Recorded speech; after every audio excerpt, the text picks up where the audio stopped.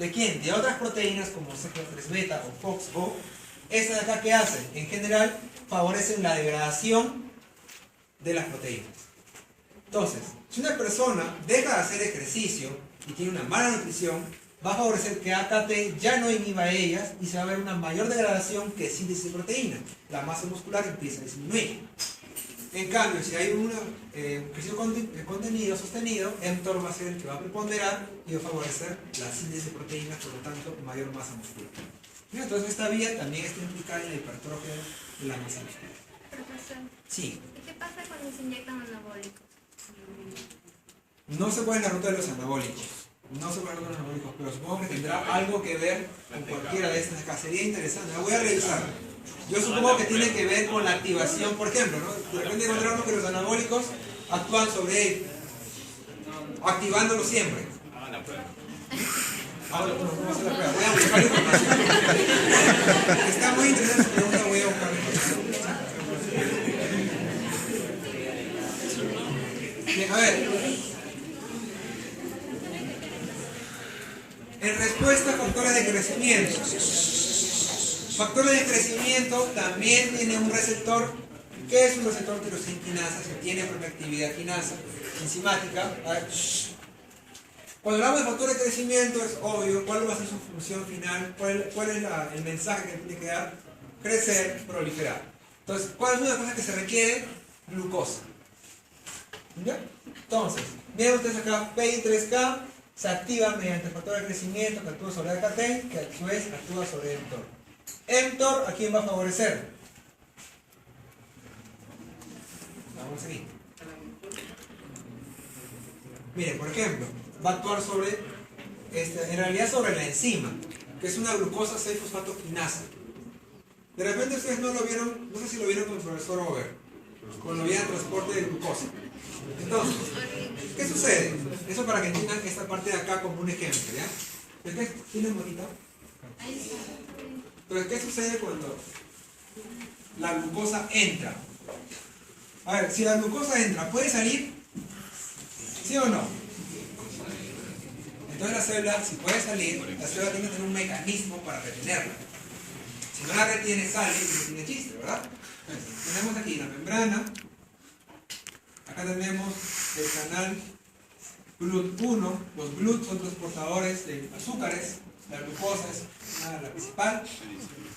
Tenemos la molécula de glucosa aquí. Aquí nada más. Cuando la glucosa entra, tiene la misma capacidad de poder salir. Por el mismo o por otro tipo de transporte de glucosa. Entonces, aquí la célula pierde. ¿Cuál es la forma? Existe una enzima llamada glucosa 6-fosfato quinasa. ¿Ella qué hace? La fosforila E, formando glucosa 6-fosfato. ¿Okay? Esta glucosa 6-fosfato ya no tiene afinidad para salir por esos receptores. Entonces, la concentración de glucosa dentro empieza a aumentar. Entonces, sobre esta enzima está actuando esta vía de señalización. ¿Para qué? Para que se favorezca el ingreso de glucosa. ¿Por qué? Porque la señal, ¿qué es? Crecer, multiplicarse, aumentar el volumen. ¿Qué? Se requiere tanta energía. No sé, pero el TOR no solo tiene tres funciones de inhibir la apoptosis, ¿no? Tiene varias funciones, depende del tejido. ¿Se recuerda? mTOR aquí, ¿sobre quién va a actuar? Dependiendo de qué proteínas estén aquí. ¿Y de qué depende de qué proteínas estén aquí? Recordemos que hay una expresión diferencial según el tejido. Depende del tejido. Ahora tenemos otra forma de verlo, en este caso en el hepatocito. Vean ustedes aquí. Llega la insulina. Esta insulina, su receptor, también es un receptor que tiene actividad quinasa y activa la vía PI3K, la insulina del hepatocito. Pues vean ustedes aquí. Viene la insulina, actúa sobre mTOR, se activa en proteína quinasa B y esta proteína quinasa B va a fosforilar a unas vesículas que estaban andando en el citoplasma. Estas vesículas membranosas tienen aquí canales de glucosa. Al momento de fosforilarse, estas van a migrar hacia la membrana plasmática y van a fusionarse. De manera que en la membrana plasmática, en la cara externa, van a aumentar la concentración de transporte de glucosa. favoreciendo la entrada de glucosa. Pero es un mecanismo rápido de cómo la insulina favorece la entrada de glucosa. Fija para el examen. ¿Ya? Ya expliqué. Y yo cumplo, ¿verdad? Va a venir el examen y ya está. PI3K-AKT y ahora sí en cáncer. Ahora sí en cáncer. ¿Ya? A ver. En el caso de cáncer, de acá ya estamos bastante resumidos, ¿verdad? PI3K, AKT y mTOR. Bastante resumidas por lo que importa en esta vida. Sin embargo, nos falta agregar una más, que también es muy importante en cáncer, que es esta de acá. PT. Los no, PT nada. PT. Los es pérdida. No las PT nada. ¿Ya? Sí, solo PT. A ver. Imaginemos lo siguiente. ¿Qué sucede? ¿Qué sucedería si PI3K adquiere una mutación, pero una mutación activadora? Es decir, nosotros pensamos a veces que las mutaciones hacen que una proteína sea disfuncional, pero también ocurre lo contrario, que una mutación puede hacer que una proteína ya nunca deje de actuar, o sea, siempre se mantenga activa. Eso puede suceder, y eso sucede mucho en cáncer. Es decir, mutaciones que hacen que la proteína siempre esté activa y ya nada la regula. Bueno, a ver quién le diga detente.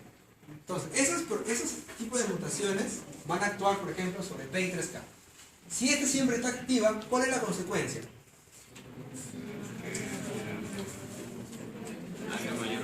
PI3K, si adquiere una mutación activadora, ya no va a necesitar que venga un ligando a su receptor y que le dé la señal.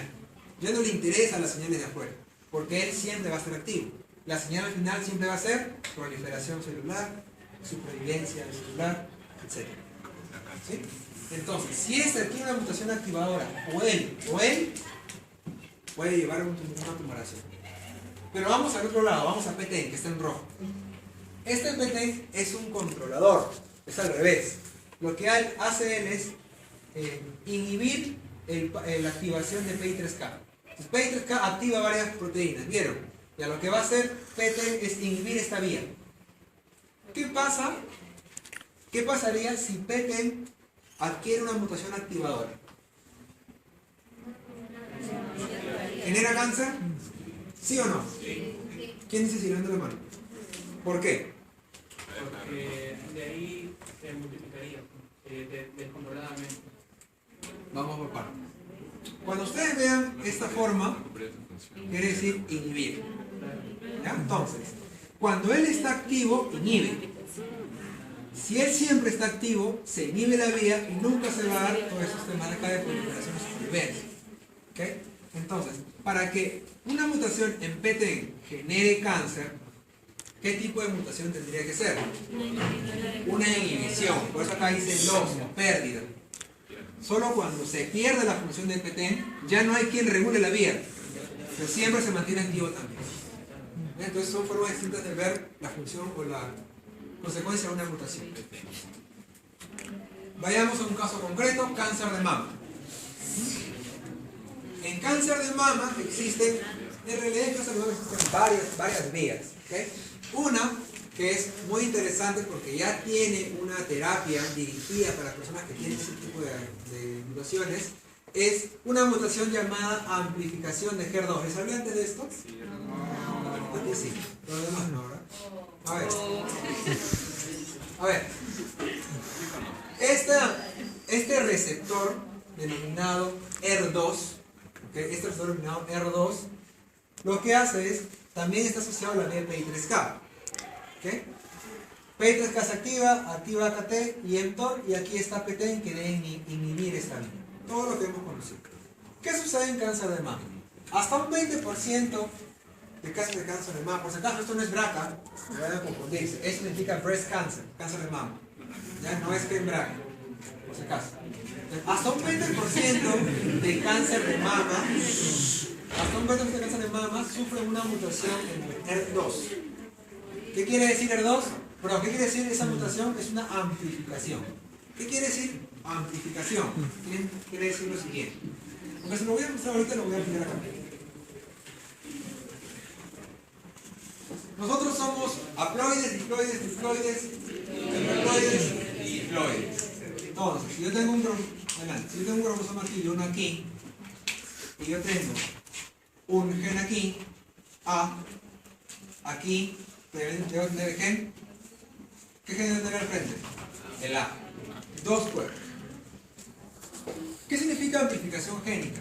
Que sobre uno de los cromosomas se va a copiar varias veces ese gen. Entonces, el gen A se dice está amplificado porque se ha duplicado muchas veces, de manera que hay una gran cantidad del gen A y la expresión de ese gen va a ser tremenda, porque hay mucho. Entonces, este receptor va a haber un montón en la célula. Va a ser fácil que se capte una señal y se emita la señal de proliferación, porque hay mucho. ¿Okay? Es una forma. Hasta el 20% de casos de cáncer de mama tienen esta amplificación del ER2. Ahora, si el ER2 está normal, no le pasa nada.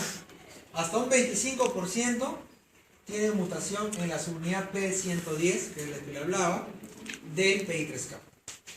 Recuerda que el PI3K está formado por P85 y P110. Las mutaciones aquí son P110. ¿Y qué tipo de mutaciones serán?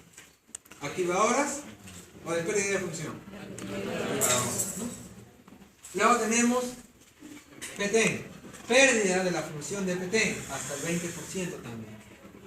Y además, hay también en AKT, si acá está, es menor, 5%, en mTOR es aún menor, pero sí se ha visto acá. Entonces vean ustedes cómo la alteración de una vía de transmisión de señales puede llevar a un descontrol del crecimiento. Específicamente en esta vía, porque esta vía, su señal final es crecimiento, proliferación. Esta vía, por tanto, es ahora blanco terapéutico. Entonces, miren ustedes, el ER2 que le habíamos hablado a ustedes, acá se llama ER2 neo, es lo mismo, ER2. Este ER2, si está amplificado, ¿okay?, la señal siempre va a ir hacia adentro, sin parar, porque hay demasiado de esos receptores, ¿sí o no? Entonces, se ha generado un fármaco que se denomina trastuzumab. ¿Qué hace trastuzumab? Solamente los pacientes que tienen amplificación de este receptor, el trastuzumab se une al ER2 y lo inhibe. De manera que ese desarrollo de una gran cantidad de señales hacia adentro ya no se va a dar, porque él la está inhibiendo. ¿Qué es el trastuzumab? Un anticuerpo monoclonal. Recuerden que los anticuerpos se unen a ¿qué? Antígeno específico. En este caso es un anticuerpo generado en un laboratorio para que se una a ER2 y lo inhibe. Este ER2, este trastuzumab, se utiliza en cáncer de mama, no en todos los cánceres de mama. Hay primero que demostrar mediante un test genético que existe la amplificación del ER2. ¿Okay? Ahorita les voy a mostrar un ejemplo de eso. Hay otros más, por ejemplo, en cáncer de colon y recto, cetuximab. ¿Qué sucede? En este tipo de cáncer es muy preponderante las señales de crecimiento que llegan a este receptor, EGFR, el receptor de factor de crecimiento epidermal. Entonces, se han generado estos anticuerpos monoclonales, denominados cetuximab, el más conocido, y el otro panitumumab, que son también anticuerpos que inhiben la señal de este receptor, por lo tanto la señal de crecimiento se detiene y favorece a la supervivencia. No es una cura, porque no es una cura, favorece la supervivencia de este paciente. De repente tenía 3-4 años de vida, se incrementa a 8 años de vida. Aumenta bastante. Existen otros más para cáncer de pulmón, gefetinib y erlotinib. Miren a quién reconocen. Al sitio citoplasmático. ¿Por qué lo reconocen acá? ¿Quién me dice? Según lo que vamos a ver. ¿Dónde está la actividad? ¿Dónde se da la activación del receptor? A este nivel. Entonces se inhibe ese nivel y se inhibe la señal. Entonces vamos a analizar el primer caso, trastuzumab. ¿Ya? El trastuzumab, tal cual les había mencionado, acá está dibujado, se puede ver bien. Tenemos nosotros dos copias del cromosoma 17. En uno está el ER2 normal y en el otro, miren, hay muchas copias, ¿no? Acá está el 4, por ejemplo. Esa es una amplificación. ¿Cómo se ve? Por una metodología de citogenética molecular que se denomina FISH. ¿Ya? FISH. Vamos a ver arriba. Miren ustedes aquí. Bueno, a ver si me ayuda mucho. Las señales verdes, ¿okay?, son las señales del ER2 y las señales rojas son las señales de un gen control. ¿Okay? ¿Cuántas señales deberíamos ver de las células? 2. Pues vamos a ver, aquí se ven 3, ¿ya? Pero hay 3 y 2. Pero el verde es el R2 que nos importa. ¿Cuántos hay en el R2? 2. Entonces estamos bien. Estamos bien. Vamos a este caso. ¿Cuántas señales verdes hay? Varias. Y eso que no les he puesto acá, había unos más todavía evidentes, ¿no? Pues vean ustedes acá que las señales que da el R2, según el conteo aquí, son 14. Eso ya es una amplificación. Entonces, si la persona da positivo esta prueba mediante este análisis, pues esa persona, solamente ella, puede recibir trastuzumab. Y con eso mejorar mucho su estilo de vida. Mejorar mucho los efectos secundarios, los celulares. Pues esa es la idea. Acá lo tengo un poco más. En una persona normal existen una cantidad de receptores R2 que emiten una señal de núcleo de proliferación. Cuando hay amplificación génica, miren la cantidad de receptores que hay. Por lo tanto, la señal que va hacia el núcleo, que le dice hoy inhibir el ciclo celular, es mucho mayor. Solamente los que evidencian esto tienen que inhibir estos receptores para que la señal se reduzca otra vez. El trastuzumab hace eso. Es una terapia biológica, es una terapia dirigida o terapia blanda, va dirigido hacia una molécula específica. No es una quimioterapia que afecta a varios tejidos. Dime. ¿Y inhibe a los otros R2 que son normales? Claro, por eso es importante la dosis. Por eso es importante la dosis. Eso lo va a manejar el clínico en su momento. Y la dosis depende también de cada persona. Si inhibo, si locuro mayor, entonces una puede... Bueno, en el caso, claro, la idea es no afectar a las células sanas, ¿no? Las principales afectadas van a ser las cancerosas. o sea, estos R2 También están en células sanas. solo son, porque estos genes mutados que aparecen mayor R2, solo son en algunas células, no son en Estas todas. de aquí donde aparece mayor R2 son en las células tumorales, en el tumor del cáncer de mama. En las células tumorales. Dime. ¿Perdón? Sí, están aplicando en el INEM. Sí. Una cáncer de mama y yo trabajo justo debajo donde hacen esta prueba, que es ustedes lo ven en biología molecular, arriba está la citogenética. La citogenética tiene para hacer esta prueba. Pero hay que ver varias pruebas. Si es que sale positivo se le aplica, si no hay otras metodologías. Esta es una de las más conocidas. El nombre comercial es Herceptin. Ya el fármaco es el trastuzumab. El Herceptin es el nombre comercial, es una marca, puede ver las marcas, pero todas sus... Bien, esa era la vía PI3K AKT. ¿Qué hora tenemos? PI3K AKT. Existe otra vía del PI3K AKT, de la lectura que les estoy dejando, me parece que hay 2. ¿Ya? Entonces ya tenemos la base. Ahora, de las demás lecturas viene esta vía, ¿ya? Que vamos a explicar ahorita. Igual, un receptor RTK o uno que tiene actividad enzimática se va a agregar a estas proteínas, principalmente esta de acá, RAS. Recuerden que en la lectura le había uno que decía RAS. Vamos a ver. ¿Se acuerdan? Acá tenemos, por ejemplo, las ecuaciones que ustedes van a hacer. Aquí está. KRAS. Acá hay otro, miren, que dice BRAF y KRAS. Y si vemos acá está RAS y acá está RAF. Está RAS y RAF. Solo que un tipo de RAS es KRAS y un tipo de RAF es BRAF. Son tipos, ¿ya? Pero en general todos son RAS y todos son RAS. Porque a veces pregunto. ¿Ah? Otra vez, por favor. A ver. En este artículo que les estoy dando, Me perdí con Rasta. en esto que les estoy dando, por ejemplo, en este de acá, artículo de investigación. Mutaciones del gen BRAF o BRAF, como ustedes quieran, en pacientes con cáncer de colon y recto que no tienen mutado el KRAS. Ustedes cuando lo lean van a ver un poquito más de eso, pero si ustedes observamos, solamente observen aquí RAS y RAF. Esos pertenecen a una misma vía, que es la vía que ahorita vamos a explicar. Es esta vía de aquí. RAS y RAF.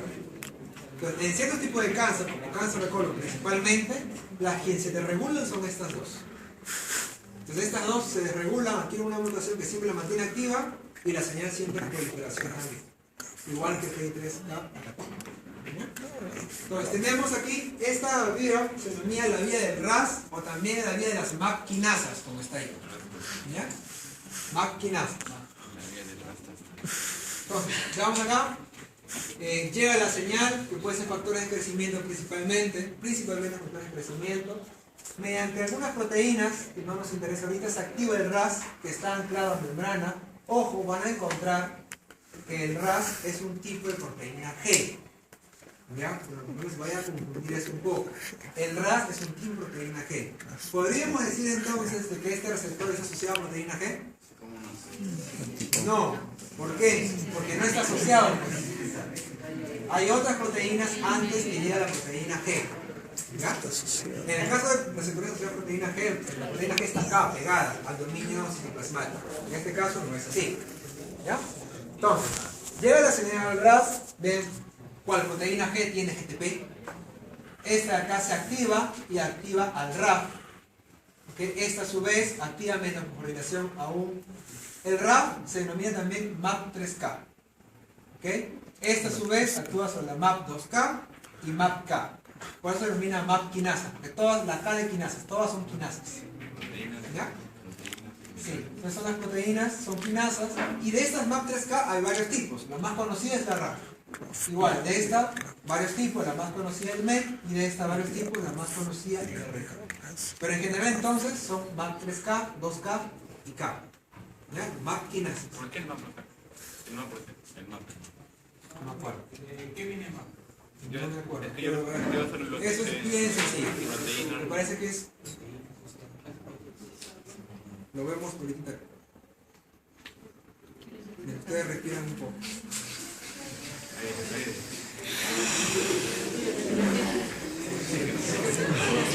Agua.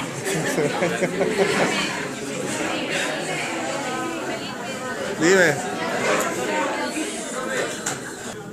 ¿A qué les suena Proteína, quinasa, sociedad, mitógeno. Favorece mitosis, división celular.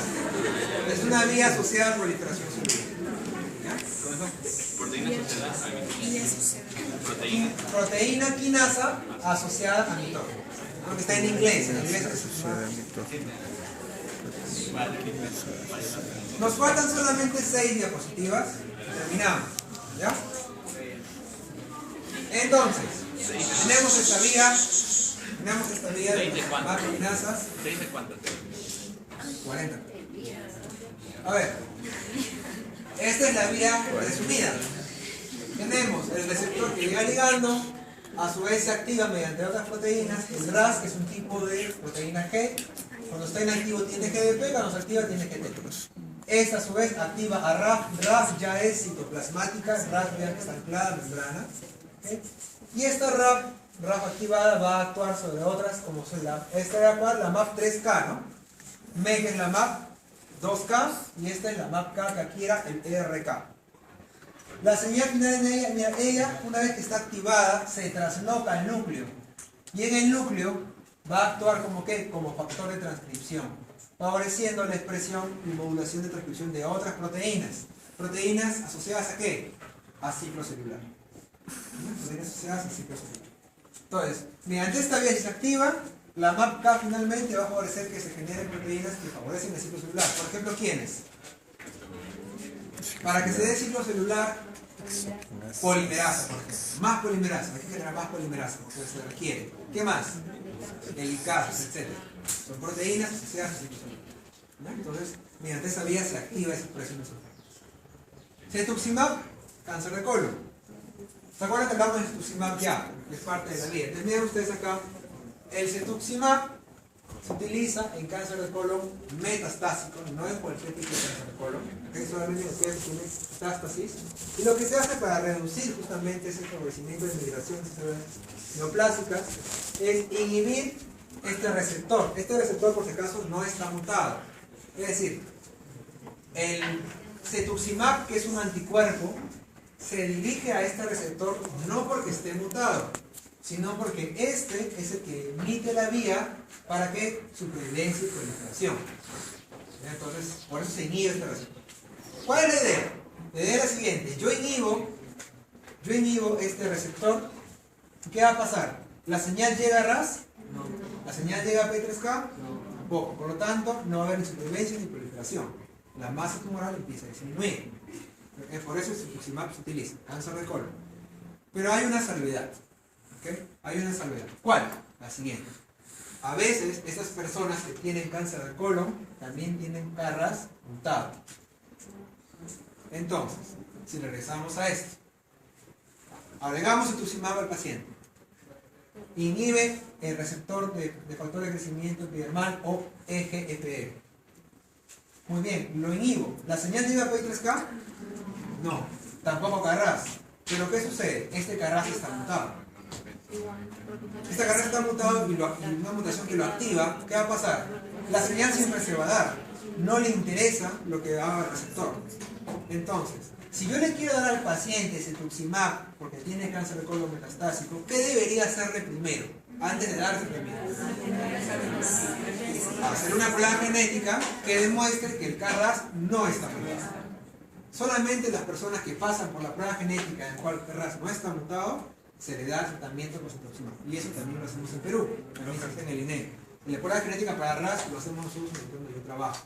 Entonces sí es algo que forma parte ahorita de nuestra realidad. Se puede hacer y es algo además bien sencillo. No solamente lo hace el INEG, lo hacen varios laboratorios privados. Y lo que están abajo puede que se muestre. También, ¿quién le sigue de RAS? El El RAF. No está. ¿Recuerdan? Sí, sí, claro. El RAF. A veces quien está mutado no es RAF, sino RAF. ¿Ya? Pero es más frecuente que esté mutado RAF. También es un tema de frecuencia. Son pocos los casos donde RAF está mutado en ese tipo de cosas.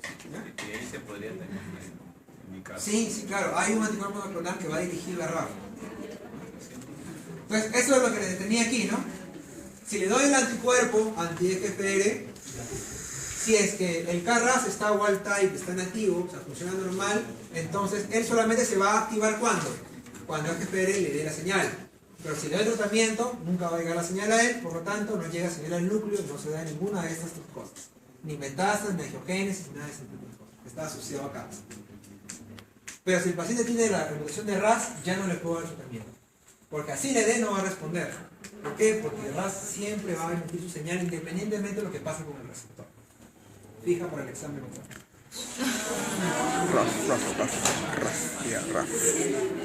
Acá tenemos una gráfica de supervivencia de los pacientes. Vean ustedes, los pacientes que tienen KRAS mutado sobreviven menos a largo plazo que los que no tienen KRAS mutado, por eso la señal está más arriba. ¿Ya? Entonces, eso era porque les daban antes el tratamiento sin diferenciar de mutados y no mutados. A partir de estos resultados se hace la prueba de mutación en RAS. Específicamente, KRAS.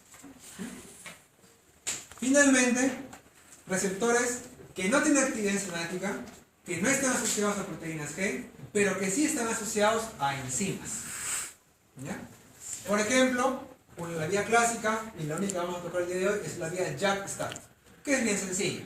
Vean acá, tenemos el receptor, es que solamente son dos proteínas, por eso es sencillo. Tenemos el receptor que está asociado a una quinasa. ¿La quinasa quién es? JAK. ¿Cuándo se activa este JAK? Cuando llega la señal y los receptores se dimerizan. Al dimerizarse, el JAK se activa y empieza a fosforilarse a él mismo y al receptor. Al fosforilar al receptor, este receptor ahora va a llamar a la siguiente proteína que es STAT. Pues STAT se activa acá, se fosforila STAT y este STAT mismo va a viajar al núcleo y le va a dar las señales al núcleo para que se transcriban nuevos genes. Genes que regulan, por ejemplo, a otros genes o también proliferación celular, principalmente en la hematopoiesis. Pues debido a eso, bueno, acá tenemos una visualización que engloba todo. Acá tenemos la JAK-STAT, por ahí tenemos el PI3K, falta por ahí el RAS, ¿no? Entonces vean ustedes cómo, esto es solamente para mencionar que estas vías no están aisladas una de otra, sino que pueden interaccionar en conjunto. Miren cómo PI3K puede ser afectada por la activación de esta última vía que hemos visto ya. Puede ser activada ahí, ¿no? Entonces, están como que medias interconectadas. No es tan simple a veces inhibir una cosa y apagamos todo. No es así. Hay otras cosas que pueden suplir. Ahora, en JAK, específicamente JAK2, es un tipo de JAK. ¿Okay? Esta proteína es conocida porque está mutado en varios tipos de alteraciones hematológicas que no llegan a ser leucemia. ¿Ya? Por ejemplo, policitemia vera, 98% de casos. O sea, en un 98% de casos, el JAK está disfuncional. ¿Será siempre activo o disminuido su función? ¿Ustedes qué piensan? El JAK, aquí tiene que estar para que genere una policitemia vera. ¿Qué es policitemia vera? Proliferación de glóbulos rojos. Elevadísima. ¿Ya? Entonces, ¿qué debería estar el JAK? Activado, siempre activado. Es algo clásico en cáncer. Bueno, en este caso proliferación. Policitemia vera, 98%, hasta un 50% en trombocitosis esencial, la cantidad de megacardiocitos y plaquetas aumenta. Y otros síndromes mieloproliferativos, aumenta otro tipo de leucocitos. ¿Ya? Estos no llegan a ser cáncer, pero cuando el JAK2 está mutado, esto ya es un riesgo para que se genere luego una leucemia. Muchos de estos pacientes al final hacen una leucemia aguda. Terminan una leucemia. Esto todavía es una preleucemia, digamos. Que si es controlada a tiempo, puede no virar una leucemia. Una prevención. Entonces, en clínica, el oncólogo o la persona que trata al paciente manda muchas veces a los hospitales a que hagan esta detección del JAK2. ¿Por qué? Porque esta proteína generalmente tiene una sola mutación, que es esta de aquí. ¿Qué significa eso? En el codón 617, donde había una valina, ahora hay una fenilalanina. Es un cambio de aminoácido. Entonces, esta mutación es la que se busca en pacientes que tienen esto. Si se confirma, eso ayuda también al diagnóstico y ayuda también a controlar. Porque el médico le da un tratamiento, que no es una terapia blanca, pero le da un tratamiento para disminuir y controlar esto, ¿no? Entonces, sirve como diagnóstico y también para poder monitorear al paciente de su enfermedad. Listo, ya lo tenemos. Después todos, señores, vamos a práctica.